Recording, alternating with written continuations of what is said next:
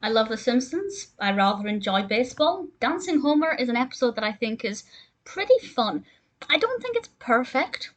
I feel like there are aspects of it that I maybe would have preferred done slightly differently. But for the most part, I think it's pretty great. This is the fifth episode of the second season, released in November 1990, directed by Mark Kirkland, with David Silverman as the supervising director. And in this episode, Homer is at a baseball game, at the Springfield Isotopes game, and he happens to be there with Mr. Burns. And we actually have this really sweet kind of moment between Homer and Mr. Burns where Mr. Burns lets his guard down, enjoys a beer. They start doing this Mexican way where it's literally just the two of them doing it. And then Homer gets a little bit carried away and begins to dance a little bit, not wildly, but very enthusiastically. And this leads to him becoming the team mascot. And this is a really interesting thing where Homer's actually getting a lot of positive attention for a change. And there's an opportunity for them to go to the capital city. I won't say how it comes about or what happens when they're there because I don't want to spoil it, but I love that they just referred to it as the capital.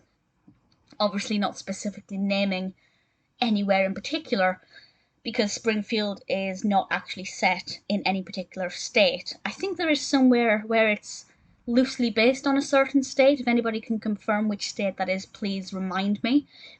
But, technically speaking, they don't live in a specific state. So they go to the capital city, and it's, a really interesting narrative development. It's also got a really interesting narrative structure because Homer is actually telling this story at Moe's. He's in Moe's Tavern, and Barney and Moe are there and the other guys, and he's telling them this story about what happened to him. And I love that. I love a story within a story. But I will say, I forgot that it was a story within a story, and I think they need to cut back to Moe's a little bit more frequently. Maybe we could have heard more opinion about what the guys thought when Homer mentioned certain things, got a little bit more understanding of their characteristics and how they relate to Homer. That's certainly one thing I would have done differently, but then maybe that meant they would have had to have shaved off time from the main narrative, and then we could have lost some of that entertainment. So there are always kind of pros and cons of doing things certain ways. I'm sure there was a reason why they didn't cut back that much. When they did, though, just worth pointing out, I really liked it. I thought it worked really well.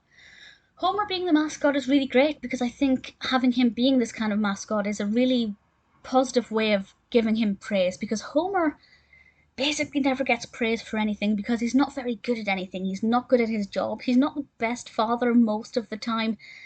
He's not a very attentive husband. He doesn't really shine in anything he does, so he never really gets a lot of positive attention or encouragement. But having him being the mascot worked really well, and I thought it was really good.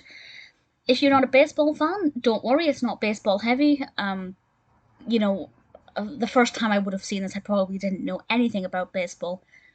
I'm still no expert, but had it been about basketball or something, I wouldn't have found it quite as interesting because basketball doesn't. I don't care about basketball at all.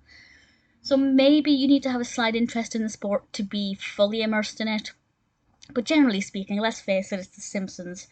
It appeals to everybody, no matter what your interests. So there will definitely be something in it for you. As I said, it's not perfect. There are things I would have done differently, but I really enjoyed it. Some really nice bits of animation. A nice story within a story. I think it worked pretty well.